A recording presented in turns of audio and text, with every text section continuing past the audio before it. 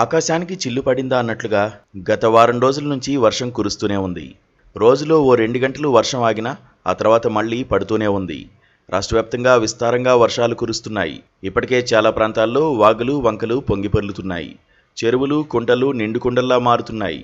ప్రాజెక్టులు జలాశయాలు జలకలను సంతరించుకున్నాయి. హైదరాబాద్ సహా అనేక ప్రాంతాల్లో ఎడతెరిపి లేకుండా వర్షాలు కురుస్తూనే ఉన్నాయి. హైదరాబాద్ వాతావరణ కేంద్రం అధికారులు రాష్ట్రానికి మరోసారి వర్షం హెచ్చరికలు జారీ చేశారు. వాయువ్య బంగాళాఖాతం బెంగాల్ తీర ప్రాంతంలో ఏర్పడిన వాయుగుండం పశ్చిమ వాయువ్య దిశగా కదులుతూ శుక్రవారం ఉదయం బెంగాల్ బంగ్లాదేశ్ తీరాలను దాటినట్లు అధికారులు వెల్లడించారు. ప్రస్తుతం ఈ వాయుగుండం సాగర్ ద్వీపానికి 80 కిలోమీటర్ల దూరంలో కేంద్రీకృతమై ఉందన్నారు. రాబోయే 24 గంటల్లో ఇది ఉత్తర ఒడిశా జార్ఖండ్ మీదుగా వాయువ్య పశ్చిమ దిశగా కదిలే అవకాశముందని వాతావరణ శాఖ అంచనా వేసింది. ఉత్తరప్రదేశ్ ఉత్తర ఛత్తీస్గఢ్ ఒడిశా మీదుగా ఈ వాయుగుండం కేంద్రం వరకు ఉపరితల ద్రోణి సగటు సముద్ర మట్టానికి 4.5 కిలోమీటర్ల ఎత్తు వరకు విస్తరించి ఉందన్నారు.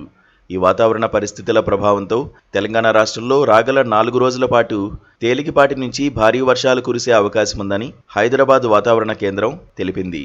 నేడు ఆదిలాబాద్ ఆసిఫాబాద్ మంచిర్యాల ములుగు కొత్తగూడెం ఖమ్మం హన్మకొండ జనగాం మెదక్ కామారెడ్డి నిర్మల్ నిజామాబాద్ జయశంకర్ భూపాలపల్లి జిల్లాల్లో భారీ వర్షాలు కురిసే అవకాశముందన్నారు. రాష్ట్ర వ్యాప్తంగా ఉరుములు మెరుపులు బలమైన ఈదురుగాలులతో వర్షాలు పడే అవకాశం ఉందన్నారు.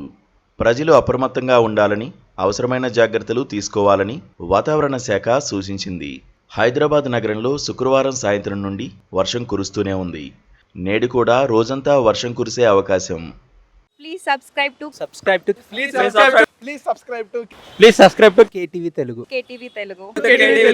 KTV Telugu. KTV Telugu channel.